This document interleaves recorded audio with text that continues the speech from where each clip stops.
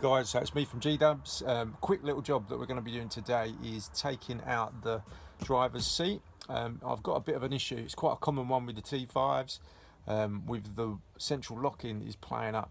What I've had just recently is the little red light has come on the dash, which shows that one of the doors is open, and I'm pretty convinced, because the central locking's been playing up for a while, the passenger's door's not been locking a lot when I've been using the key fob. I've had to keep opening and closing the door, and sometimes it works, sometimes it doesn't. Quite common. There's some wiring just under this seat, just under the mat, just here, that corrodes, goes all green and nasty. And so what I'm going to do is just take this seat out. There's 4 bolts. They're little 17mm ones, which are these. I've already taken a few of them out. Just need a ratchet. There's one on each corner. The seat comes out. I need to just ease off the handbrake, which is attached to the side of the seat, to be able to move it back, and then we're going to have a little look and see what the wiring looks like. Now, one of the really helpful things that I've learned looking on the forums and places like that is if you've got a problem with your door light staying on like mine was, then the first thing to do is come at your sliding door if you've got 1 or 2.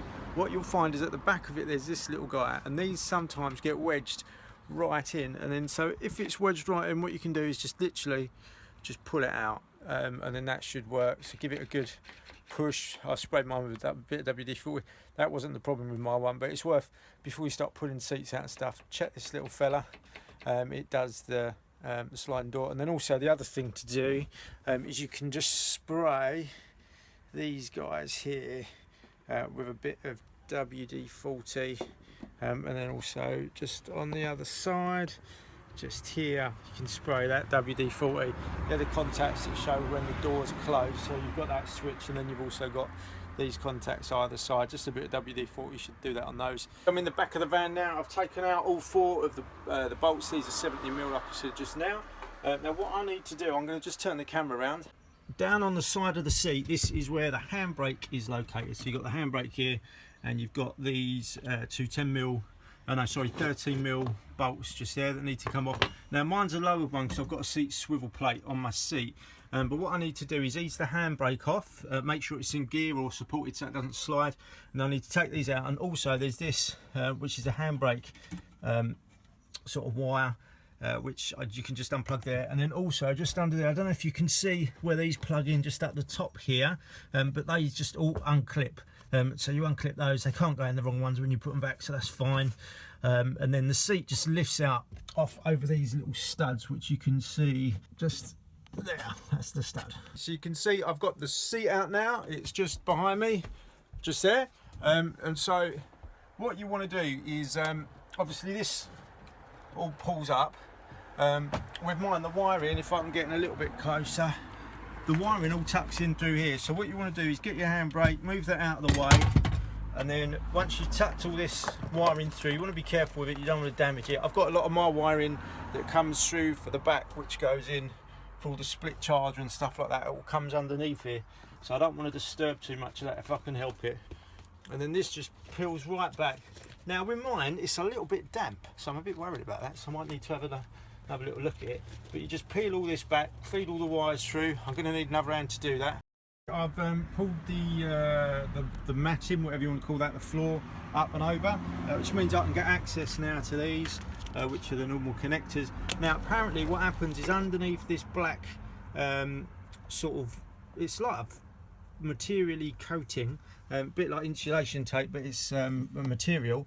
Underneath this, it all starts to corrode. The wires end up rusting and stuff like that. So what we're going to do, I'm just going to pick this off with a Stanley blade, being as careful as I can, off of all of these little bits, and we're going to see what the wiring's like. Now there's none of it really up here that I can't see. The wire all along there is all nice and healthy, so it's only really going to be from this bit along. And then also, if you look right under there, you can see I've hidden some of my other connectors, which were under the passenger seat. Now those connectors, I'm going to need to take that whole seat out now. That's a lot heavier, so I'm going to just have a little go at these first, see if that makes any difference. But if it doesn't, then I'm going to have to take that out as well. The other thing I've also got like a central locking, like the mechanism for the door on the passenger side, because that's the one I think that's playing up. So yeah, we're just going to have a little see how it all works, bit by bit. Could take a while, so let's crack on. 5 minutes later, I've managed to pick it all off apart from this one wire here, but I know that's the handbrake cable, so that doesn't do anything other than a handbrake, and that works. But all the other ones I've picked off using some scissors. Came off really, really easily. It's very, very sticky. But sadly, or well, maybe not sadly, they're all right, which means I'm going to have to take out this big double seat, which is a right pain in the backside. But there we go, we're going to have to do it. So next bit, taking out the passenger seat. Right, okay, so we're all ready. The bottom of the seat's up. I've emptied it out, and as you can see, if you have a little look in there, there are these little bolts. There's one here, there's one there. There's basically 8 of them in there. They're the same ones as on the driver's seat, 17 mils. Let's get in for a close-up. So that's the one closest to the driver's door. There's another one there. Then there's another one just here. One there, there, and then the last 2 there. Now, you might not have these little knobs that I've got on my one. It's because I've got a double seat swivel. But we'll just quickly undo those 8 bolts, lift the seat up, and then we can get cracking on with seeing what the wiring's like on those other connectors. I've got this big double seat off, and then you can see down there my seat swivel. So what I now need to do is this. I don't know if you can see, this has basically got 8 bolts in it as well, and so I'm going to have to undo all of those.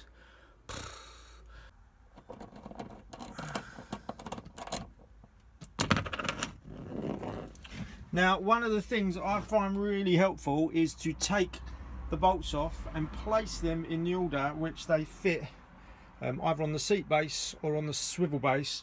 It's just sometimes these bolts, they can have a little bit of you know, like the threads slip and stuff like that, and then if you mix them up, you have a bit of a problem getting them on. So that's a helpful little tip. Just you know, keep those in, then you put them in on the same order, on the same ones, then you shouldn't have any cross threads, which makes it a lot easier just banging them on. You can then do them by finger and nip them up at the end. Okie dokie, so there we go, it's out. Let's get a closer look.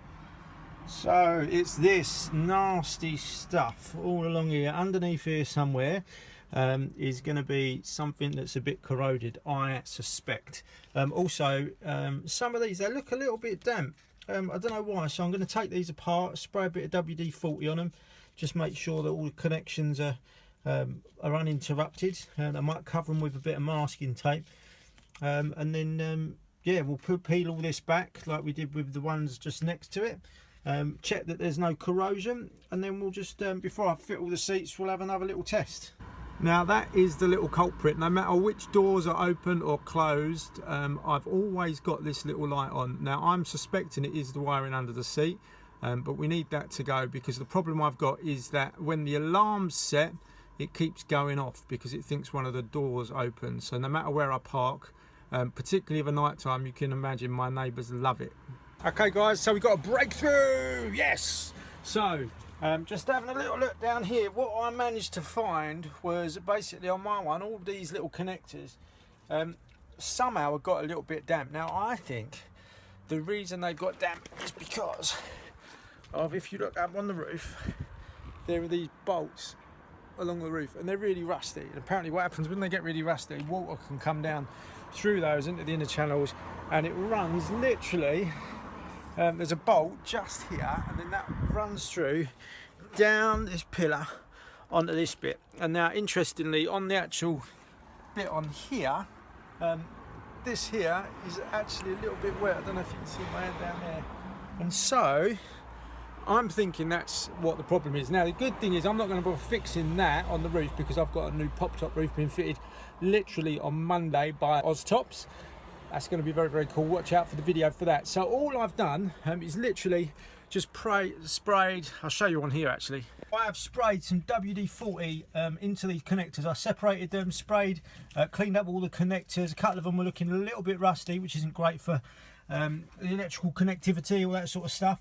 And I've sprayed them full of WD-40, put them back together, and then I've pulled the driver's seat here. I plugged everything back in, and then basically did the central lock-in, and it's all working sweet. The lock-in on the driver's, on the passenger's window, that little stormtrooper just over there on the end of my finger, is going up and down as he should be, and the alarm hasn't been going off, and also that annoying little light that I showed you earlier on the dash has gone off as well. So we are winning. That is amazing. I've also checked A few of the wires underneath there for the corrosion thing, actually that's already been fixed. It's normally under the driver's side and someone's already done a repair on a bit of that. The rest of it's all fine. And I'm going to pop the seats back in and then we should be fine. Once the roof's on, the water problem should be gone. I'll keep an eye on it over the next couple of weeks just to make sure it's not coming in somewhere else. But it seems like, well, where it's sort of damp on here and where there's little watermarks, seems like it's coming through those rusty bolts.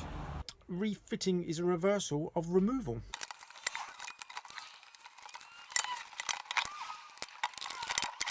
Okay, let's turn on the ignition. Ta-da! And the little light, which was around about here, is no longer on. It only comes on when I open the door and close it. So that's rather amazing. And then the other thing that I'm really pleased about is if you look here, you won't have seen this beforehand, but when I locked and unlocked it, that little fella did not go up and down, and it caused me all sorts of problems. So my central locking's working, my door is showing as closed, so hopefully the best test will be tonight when I have the alarm on, see whether it wakes up all the neighbours or not. I'm guessing it won't because it seems to be fixed. Come on. I would rather not have done today's job, but there we go. So a helpful little one about take the seats out, mess about with some of the wiring. Now if you're doing a conversion for the first time, that might be one of the things you need to do, because obviously particularly if you're putting in a seat swivel, didn't do a video for seat swivels, but you need to take apart all those connectors and hide them underneath the seat swivel. The problem for me was I had a little bit of water ingress somewhere, and that's caused me some electrical problems, which are all sorted now, as long as the water stops coming when the roof's done next week. So there we go. Quick little video. I hope you enjoyed it. Thanks for watching. Check us out, www.gwcampers.com. Also on Instagram, on Facebook, on Twitter. And then also, if you want to check in next week, we have got the exciting trip to go and see the guys at Oztops as they fit a lovely pop-top roof on this van. Woo! So yeah, really looking forward to it.